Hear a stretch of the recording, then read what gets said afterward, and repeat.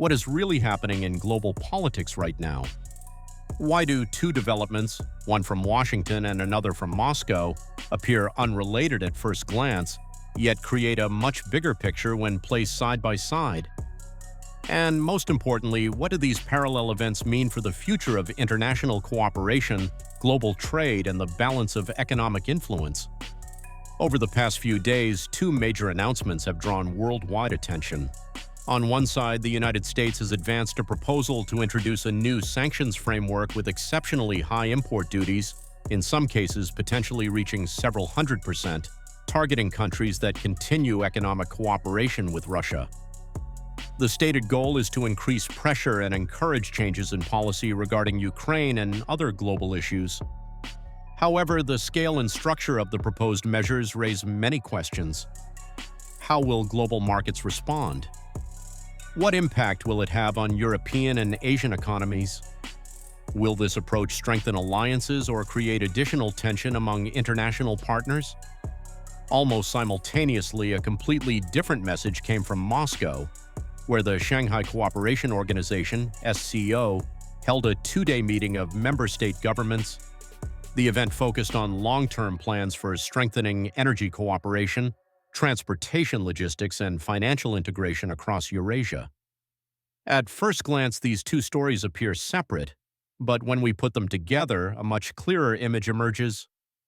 While one group of countries considers restrictive economic tools, another group is accelerating major infrastructure projects and building new financial mechanisms aimed at reducing dependence on Western systems.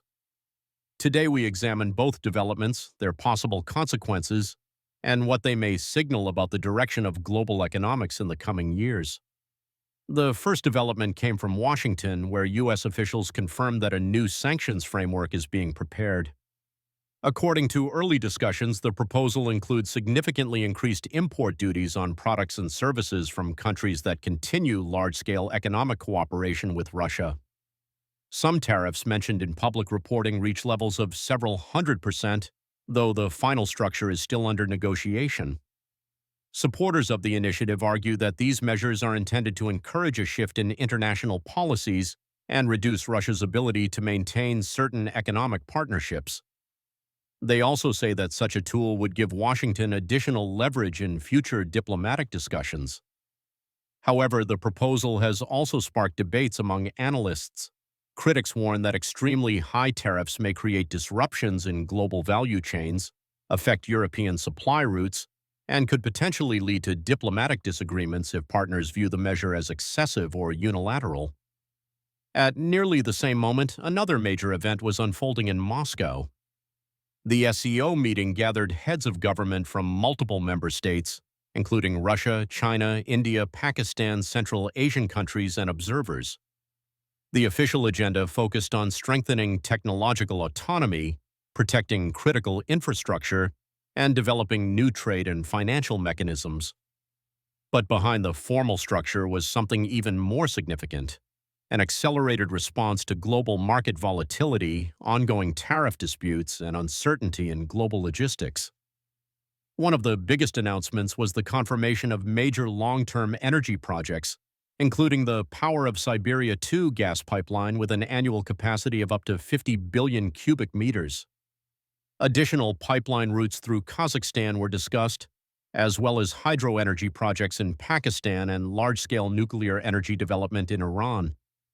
These initiatives collectively signal a strategic shift toward expanding energy links within the SCO rather than relying on Western markets.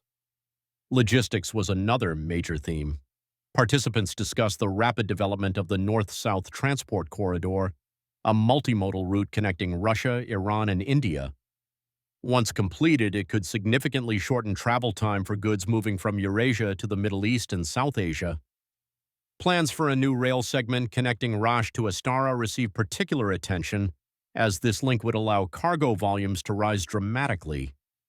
Other proposals included trans-regional rail corridors through Afghanistan and Pakistan, as well as increased investment into the Northern Sea Route, a key Arctic shipping lane expected to reach 100 million tons of annual cargo capacity by 2030. The third major area was finance.